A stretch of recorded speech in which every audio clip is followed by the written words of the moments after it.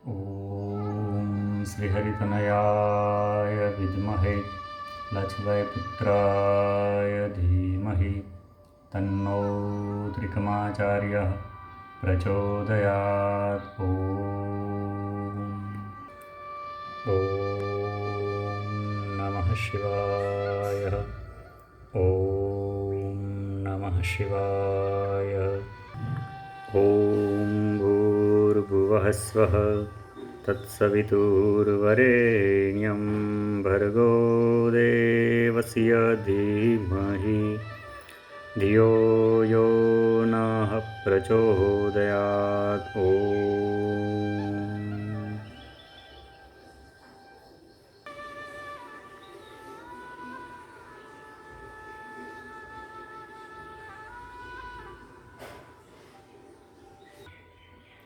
श्री गायत्री महाविज्ञान पहलो भाग वेद माता गायत्रीनी उत्पत्ति। वेदनो अर्थ छे ज्ञान। ज्ञानना चार विभाग छे, ऋक्, यजुः, साम अने अथर्व। कल्याण, प्रभु प्राप्ति, ईश्वर दर्शन, दिव्यत्व, आत्मशांति, ब्रह्म निर्माण, धर्म भावना, कर्तव्य पालन, प्रेम, तप, दया, उपकार, उदारता, सेवा आदिनो ऋक्मां समावेश थाय छे। पराक्रम, पुरुषार्थ, साहस, वीरता, रक्षण, आक्रमण, नेतृत्व, यश, विजय, पद, प्रतिष्ठा ए बधा यजुर्वेदमां आवे छे। मनोरंजन, संगीत, कला, साहित्य, स्पर्शेन्द्रियोना स्थूल भोगोનું चिंतन, प्रिय, कल्पना, रमतो, गतिशीलता, रुचि, तृप्ति आदिने सामवेदમાં સ્થાન આપવામાં આવ્યું છે। ધન, વૈભવ, વસ્તુઓનો સંગ્રહ, શાસ્ત્ર, ઔષધિ, અન્ન, વસ્ત્ર, ધાતુ, ગૃહ, વાહન આદિ સુખ સાધનોની સામગ્રીઓ એ અથર્વના પ્રદેશમાં આવે છે। કોઈપણ જીવતા પ્રાણીને લો, એની સૂક્ષ્મ અને સ્થૂલ, બહારની અને અંદરની ક્રિયાઓ અને કલ્પનાઓનું ગંભીર અને મનોવૈજ્ઞાનિક વિશ્લેષણ કરો તો તમને જણાશે કે આ ચાર ક્ષેત્રોમાં જ એની સમસ્ત ચેતનાઓ પરિભ્રમણ કરી રહી છે। ઋક કલ્યાણ, યજુઃ પૌરુષ, સામવેદ ક્રીડા, અથર્વ અર્થ। આ ચાર દિશાઓ સિવાય પ્રાણીઓની જ્ઞાનધારા બીજે ક્યાંય પ્રવાહિત થતી નથી। ઋકને ધર્મ, યજુઃને મોક્ષ, સામને કામ અને અથર્વને અર્થ પણ કહેવામાં આવે છે। એ જ બ્રહ્માજીના ચાર મુખો છે। બ્રહ્માને ચતુર્મુખ એટલા માટે કહે છે કે એક મુખ હોવા છતાં પણ ચાર પ્રકારની જ્ઞાનધારાનું નિષ્ક્રમણ કરે છે। વેદ શબ્દનો અર્થ છે જ્ઞાન। એ રીતે તે એક જ છે, પરંતુ એક હોવા છતાં પણ પ્રાણીઓના અંતઃકરણમાં તે ચાર પ્રકારે જોવામાં આવે છે। એ માટે એક વેદને સગવડ ખાતર ચાર ભાગમાં વિભક્ત કરવામાં આવ્યો છે। ભગવાન વિષ્ણુની ચાર ભુજાઓ પણ એ જ છે। આ ચાર વિભાગોને ક્રમ પ્રમાણે સમજાવવા ચાર આશ્રમો અને ચાર વર્ણોની વ્યવસ્થા કરવામાં આવી છે।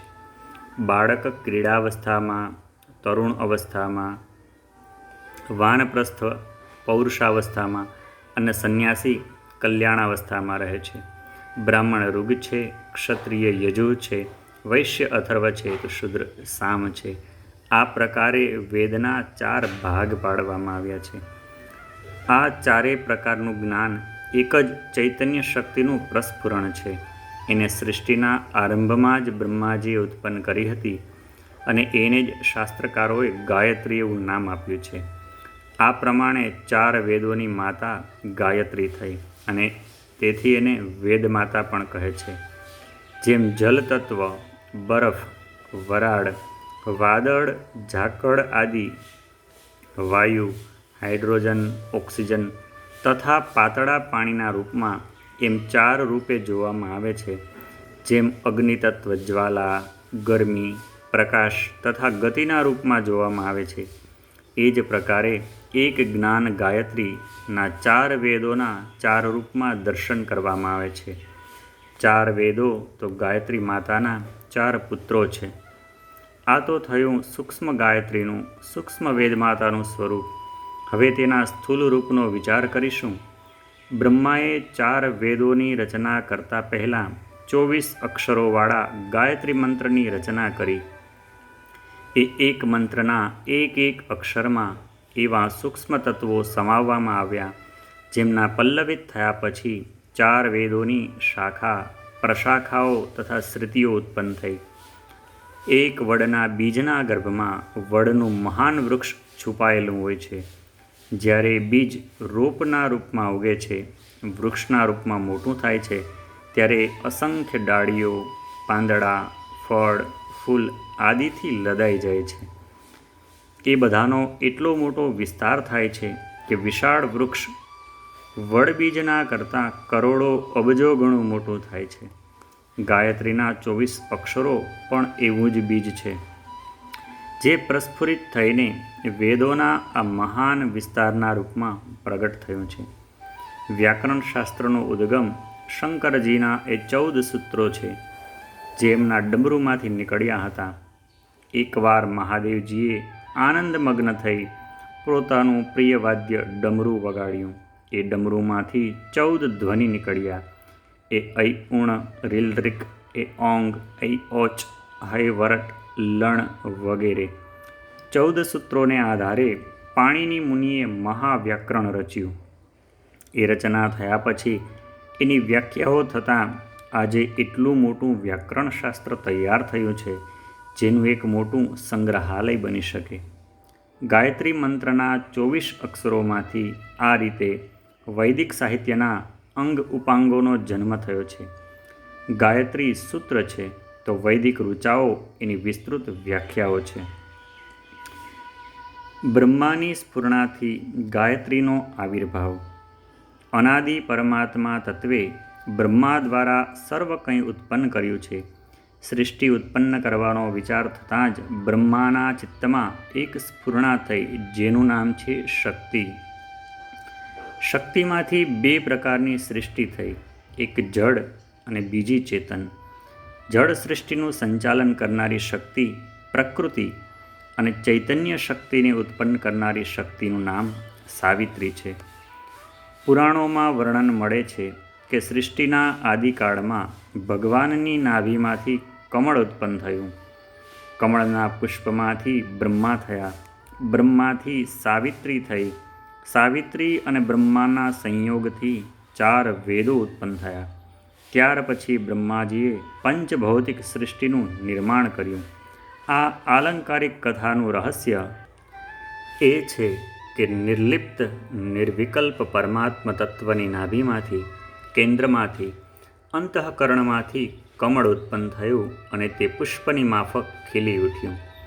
શ્રુતિએ કહ્યું કે સૃષ્ટિના આરંભમાં પરમાત્માની ઈચ્છા થઈ કે એકોહમ બહુસ્યામી, હું એકમાંથી અનેક થાઉં. એમની ઈચ્છા સ્ફુરણા નાભી પ્રદેશમાંથી નીકળીને સ્ફુટિત થઈ, અર્થાત કમળની લતા ઉત્પન્ન થઈ અને એની કળી ખીલી ઉઠી. એ કમળ પુષ્પ પર બ્રહ્મા ઉત્પન્ન થાય છે. એ બ્રહ્મા સૃષ્ટિના નિર્માણની ત્રિવેદ શક્તિનો પ્રથમ અંશ છે.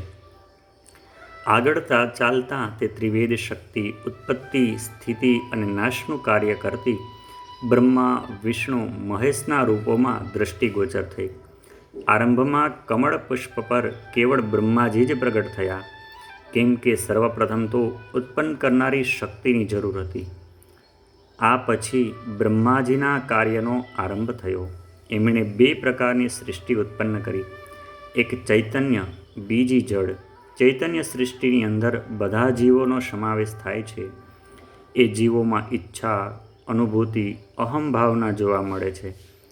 ચૈતન્યની એક સ્વતંત્ર સૃષ્ટિ છે, જેને વિશ્વનો પ્રાણમય કોષ કહેવામાં આવે છે. અખિલ વિશ્વમાં એક ચૈતન્ય તત્વ ભરેલું છે, જેને પ્રાણ તરીકે ઓળખવામાં આવે છે. વિચાર, સંકલ્પ, ભાવ એ આ પ્રાણ તત્વના 3 વર્ગ છે. અને સત્વ, રજસ, તમસ એ એના 3 વર્ણ છે. એ તત્વો વડે જ આત્માઓના સૂક્ષ્મ કારણ અને સ્થૂળ શરીરો બને છે. સર્વ પ્રકારના પ્રાણી આ પ્રાણ તત્વમાંથી ચૈતન્ય તેમજ જીવન સત્તા પ્રાપ્ત કરે છે.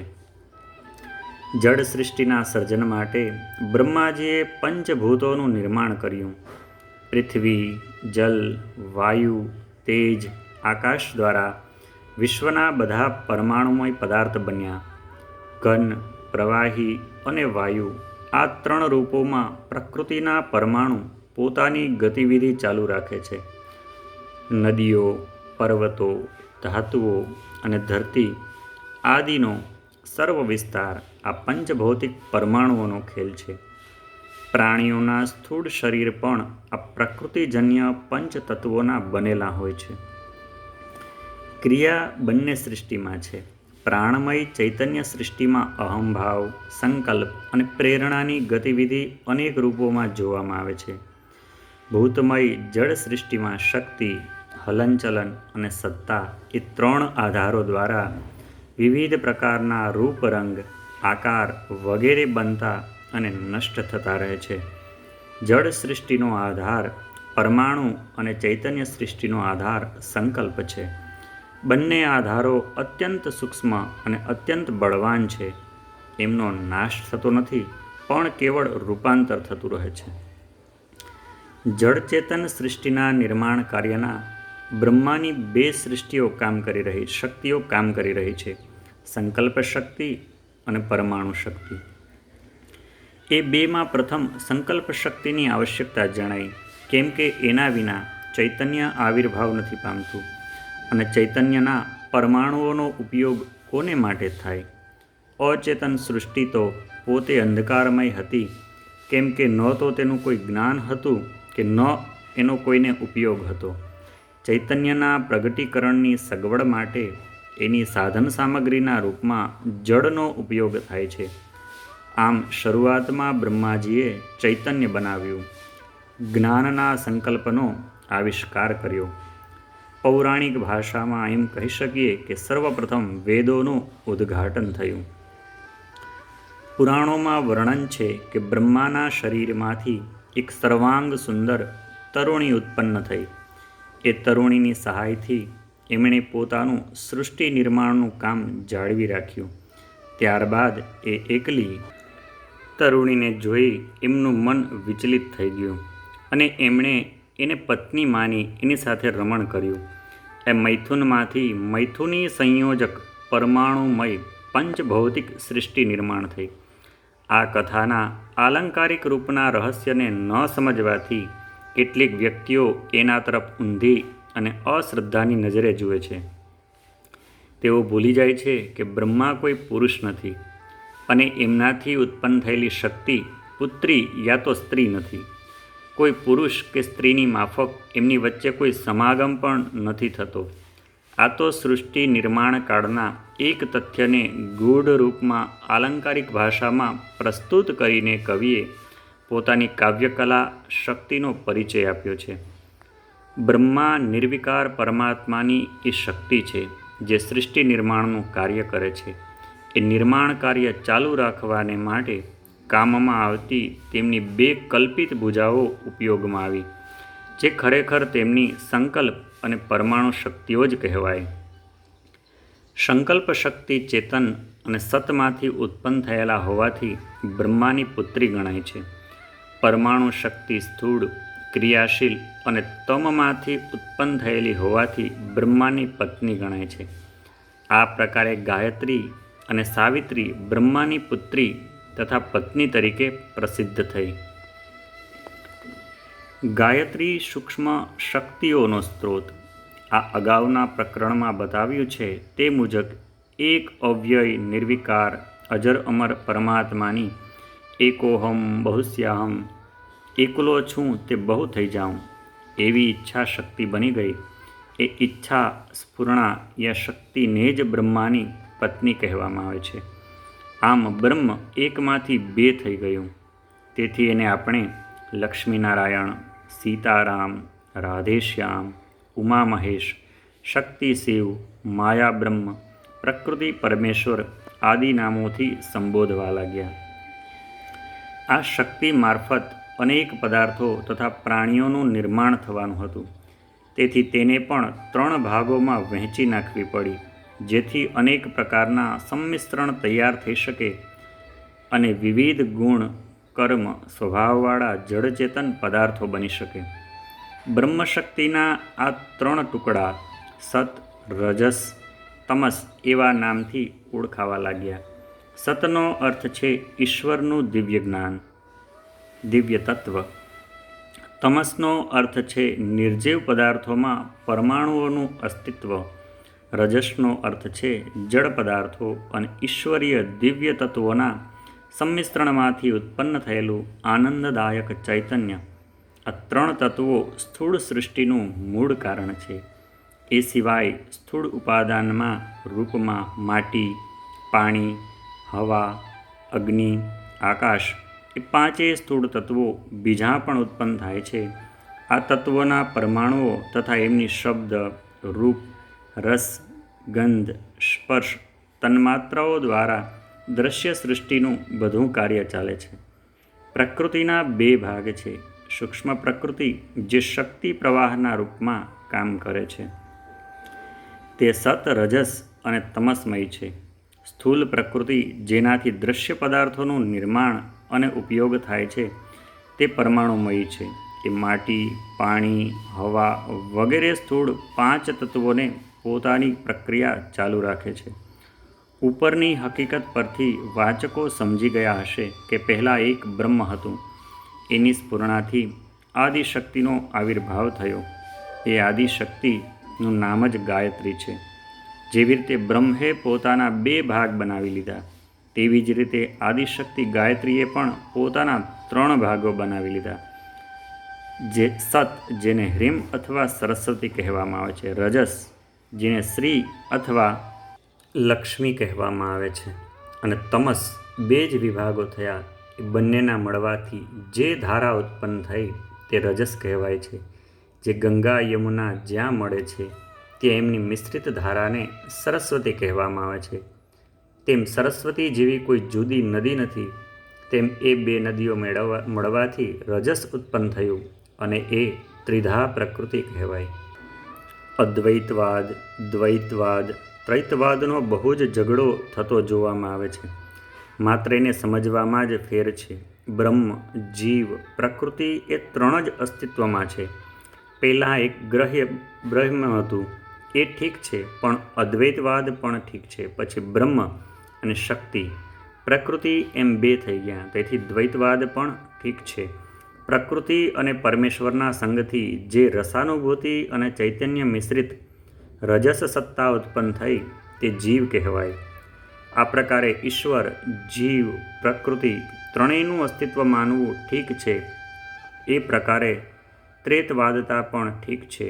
મુક્તિ થયા પછી જીવ સત્તા નષ્ટ થાય છે. એનાથી પણ સ્પષ્ટ થાય છે કે જીવધારીની જે વર્તમાન સત્તા મન, બુદ્ધિ, ચિત્ત, અહંકાર ઉપર આધારિત છે તે એક મિશ્રણ માત્ર છે. તત્વદર્શનના ગંભીર વિષયમાં પ્રવેશ કરીને આત્માના સૂક્ષ્મ વિષયો પર પ્રકાશ પાડવાનો અહીં અવસર નથી.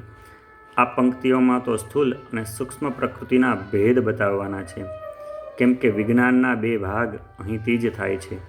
મનુષ્યની દ્વિધા પ્રકૃતિ જ અહીંથી જ બને છે. પંચતત્વો દ્વારા કામ કરનારી સ્થૂળ પ્રકૃતિનું અન્વેષણ કરનારા મનુષ્યો ભૌતિક વિજ્ઞાની કહેવાય છે.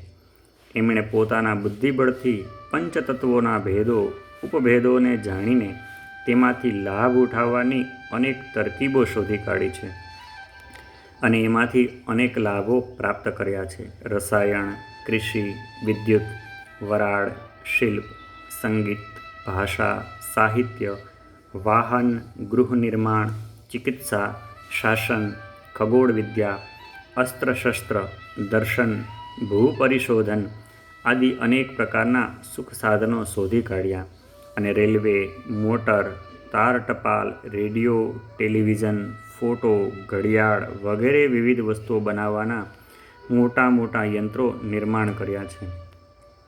ધન, સુખ સગવડો અને આરામના સાધનો સુલભ થયા છે. આ માર્ગથી જે લાભો મળે છે એને શાસ્ત્રીય ભાષામાં પ્રેય અથવા ભોગ કહે છે. આ વિજ્ઞાન ભૌતિક વિજ્ઞાન કહેવાય છે. એ સ્થૂળ પ્રકૃતિના ઉપયોગની વિદ્યા છે. સૂક્ષ્મ પ્રકૃતિ એ છે કે જે આદ્ય શક્તિ ગાયત્રીમાંથી ઉત્પન્ન થઈને સરસ્વતી, લક્ષ્મી અને દુર્ગામાં વહેંચાઈ જાય છે. આ સર્વવ્યાપી શક્તિ નિર્જર પંચતત્વોથી પણ ઘણી વધારે સૂક્ષ્મ છે. જેમ નદીઓના પ્રવાહમાં જળની લહરીઓ વાયુ સાથે અથડાવાથી કલકલને મળતો ધ્વનિ થયા કરે છે, તેવો જ 3 પ્રકારનો સૂક્ષ્મ ધ્વનિ પ્રકૃતિની શક્તિ ધારાઓમાંથી ઉઠે છે. સત પ્રવાહમાં હ્રીમ, રજસ પ્રવાહમાં શ્રીમ તથા તમસ પ્રવાહમાં ક્લીમ શબ્દને મળતો ધ્વનિ ઉત્પન્ન થાય છે.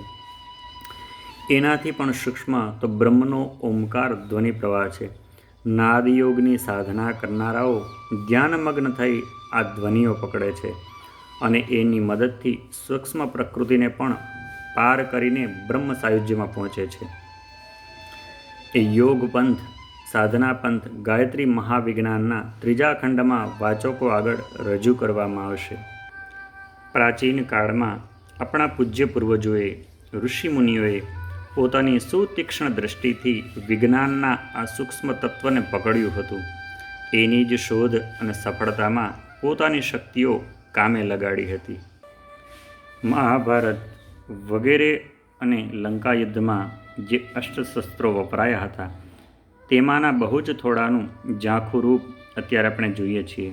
રડાર, ગેસ બોમ્બ, અણુ બોમ્બ, રોગ કીટાણુ બોમ્બ, પરમાણુ બોમ્બ, મૃત્યુ કિરણ આદિનું ઝાંખું ચિત્ર અત્યારે કેટલાય પ્રયત્ને તૈયાર થવા પામ્યું છે. પ્રાચીન કાળમાં મોહનાસ્ત્ર, બ્રહ્મપાશ, નાગપાશ, વરુણાસ્ત્ર, આગ્નેય બાણ તેમજ શત્રુને માર્યા પછી પાછા ફરનારા બાણો વપરાતા હતા. શબ્દવેદ પણ પ્રચલિત છે. એવા અસ્ત્રશસ્ત્રો કોઈપણ જાતના મશીનોથી નહીં પણ મંત્રબળથી ચલાવાતા હતા. મંત્રબળથી કૃત્યા અથવા ઘાત ચલાવાતી હતી, જે શત્રુને તે ગમે ત્યાં છુપાયો હોય ત્યાંથી શોધી કાઢીને મારી નાખતી હતી. લંકામાં બેઠેલો રાવણ અને અમેરિકામાં બેઠેલો અહિરાવણ પરસ્પર સારી રીતે વાતો કરી શકતા. એમને કોઈ રેડિયો યંત્ર કે ટ્રાન્સમીટરની જરૂર પડતી ન હતી. પેટ્રોલ વગર જ વિમાનો ઉડતા હતા. અષ્ટસિદ્ધિઓ અને નવનિધિઓનું યોગશાસ્ત્રોમાં અનેક ઠેકાણે વર્ણન કરવામાં આવ્યું છે. અગ્નિમાં પ્રવેશ કરવો, પાણી પર ચાલવું, વાયુની જેમ ઝડપથી દોડવું, મનુષ્યોની પશુ પંખીઓ સાથે તેમજ પશુ પંખીની મનુષ્યો સાથે શરીરની અદલાબદલી કરવી, શરીરને બહુ જ નાનું કે બહુ જ મોટું, હલકું યા ભારે બનાવવું, શાપથી અનિષ્ટ ઉત્પન્ન કરી દેવું, વરદાનોથી ઉત્તમ લાભોની પ્રાપ્તિ, મૃત્યુને રોકવું, પુત્રેષ્ટિ યજ્ઞ, ભવિષ્યનું જ્ઞાન, બીજાના અંતઃકરણની જાણ, ક્ષણભરમાં યથેચ્છ ધન, ઋતુ, નગર, જીવ, જંતુ, ગણ આદિ ઉત્પન્ન કરવા, સમસ્ત બ્રહ્માંડની હિલચાલથી વાકેફ થવું, કોઈપણ વસ્તુનું રૂપાંતર કરી નાખવું, ભૂખ, તરસ, નિદ્રા, શરદી ગરમી પર વિજય, આકાશમાં ઉડવું આદિ અનેક આશ્ચર્ય ઉપજાવે એવા કાર્યો કેવળ મંત્રબળથી, યોગ શક્તિથી, અધ્યાત્મ વિજ્ઞાનથી થતા હતા.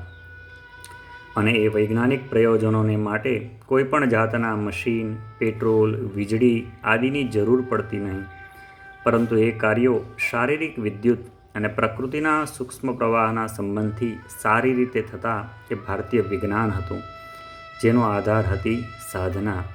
સાધના દ્વારા કેવળ તમતત્વ સાથે સંબંધ ધરાવતા ઉપરોક્ત પ્રકારના ભૌતિક ચમત્કારો જ નહીં પણ રજસ અને સત્વ ક્ષેત્રના લાભો અને આનંદ પણ મોટા પ્રમાણમાં પ્રાપ્ત કરી શકાતા હતા.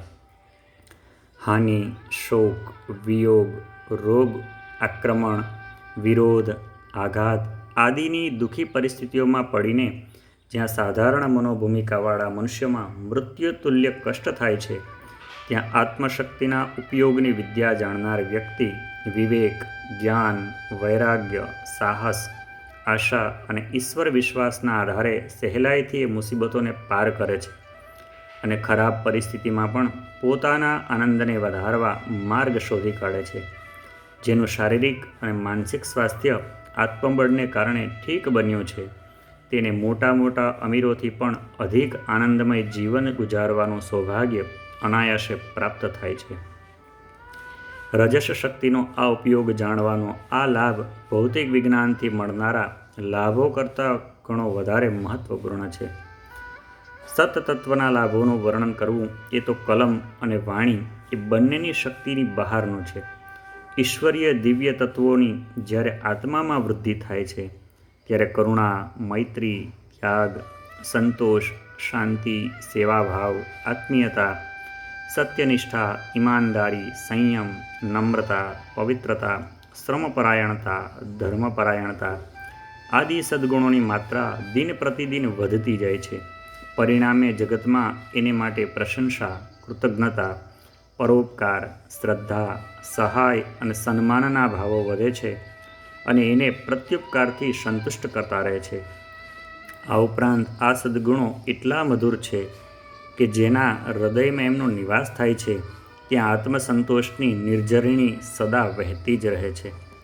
એવા લોકો જીવિત અવસ્થામાં હોય કે મૃત અવસ્થામાં એમને જીવન મુક્તિ, સ્વર્ગ, પરમાનંદ, બ્રહ્માનંદ, આત્મદર્શન, પ્રભુ પ્રાપ્તિ, બ્રહ્મનિર્માણ, તુર્યાવસ્થા, નિર્વિકલ્પ સમાધિનું સુખ પ્રાપ્ત થતું રહે છે. આજ તો જીવનનું લક્ષ્ય છે ને. એ મળ્યાથી આત્મા પરમ તૃપ્તિના આનંદ સાગરમાં નિમગ્ન થઈ જાય છે. આદ્યશક્તિ ગાયત્રીની સત, રજસ અને તમસ્મયી ધારાઓ સુધી પહોંચનારો સાધક આધ્યાત્મિક, માનસિક અને શારીરિક ત્રણેય પ્રકારના સુખ સાધનો સુગમતાથી પ્રાપ્ત કરે છે. સરસ્વતી, લક્ષ્મી અને કાલીની સિદ્ધિઓ પણ અલગ અલગ પણ પ્રાપ્ત કરી શકાય છે. પાશ્ચાત્ય દેશોના ભૌતિક વિજ્ઞાનીઓ ક્લીમ તત્વનું, કાલી શક્તિનું સંશોધન કરવામાં મશગુલ છે. બુદ્ધિવાદી, ધર્મપ્રચારક, સુધારાવાદી, ગાંધીવાદી, સમાજસેવક, વેપારી, મજૂર, ઉદ્યોગપરાયણ, સમાજવાદી, સામ્યવાદી એ બધા શ્રીમ શક્તિની વ્યવસ્થામાં, લક્ષ્મીના આયોજનમાં લાગી ગયા છે. યોગી, બ્રહ્મવેતા, અધ્યાત્મવાદી, તત્વવેતા, ભક્ત દાર્શનિક તેમજ પરમાર્થી વ્યક્તિ હ્રીમ તત્વની સરસ્વતી સાધના કરી રહ્યા છે. આ ત્રણેય વર્ગના લોકો ગાયત્રીની આદ્યશક્તિના એક ચરણના ઉપાસકો છે. ગાયત્રીને ત્રિપદા કહેવામાં આવે છે. એના 3 ચરણ છે. એ ત્રિવેણી ઉપરયુક્ત ત્રણેય ઉદ્દેશોને પૂર્ણ કરવાવાળી છે. માતા બાળકના બધા કામો કરે છે. આવશ્યકતા અનુસાર તેના માટે તે રસોઈયાનું, દાયણનું, દરજીનું, ધોબીનું, ચોકીદારનું કામ કરે છે. આજે પણ જે લોકો આત્મશક્તિને આદ્યશક્તિ સાથે જોડવાની વિદ્યા જાણે છે અને પોતાને તેની સુસંતતિ તરીકે પુરવાર કરે છે, તેઓ શ્રી ગાયત્રી માતા પાસેથી ઈચ્છિત લાભ પ્રાપ્ત કરી શકે છે. જગતમાં દુઃખના 3 કારણો છે: અજ્ઞાન, અશક્તિ અને અભાવ. આ ત્રણેય દુઃખને ગાયત્રીની સૂક્ષ્મ પ્રકૃતિની 3 ધારાઓનો સદુપયોગ કરવાથી દૂર કરી શકાય છે. હ્રીમ અજ્ઞાનને, શ્રીમ અભાવને અને ક્લીમ અશક્તિને દૂર કરે છે. ભારતીય સૂક્ષ્મ વિદ્યાના વિશેષજ્ઞોએ સૂક્ષ્મ પ્રકૃતિ પર અધિકાર જમાવીને ઈચ્છિત આનંદ પ્રાપ્ત કરવા માટે જે વિજ્ઞાનનો આવિષ્કાર કર્યો હતો, તે અનેક દૃષ્ટિએ અસાધારણ અને મહાન છે. એ આવિષ્કારનું નામ છે સાધના. સાધનાથી સિદ્ધિ મળે છે. ગાયત્રી સાધના પણ અનેક સિદ્ધિઓની જનની છે. ઓમ ભૂર્ભુવઃ સ્વઃ તત્સવિતુર્વરેણ્યં ભર્ગો દેવસ્ય ધીમહિ ધિયો યો નઃ પ્રચોદયાત. ઓમ શ્રી હરિતનયાય વિદ્મહે લક્ષ્મીબાઈ પુત્રાય ધીમહિ તન્નો ત્રિકમાચાર્ય પ્રચોદયાત. ઓમ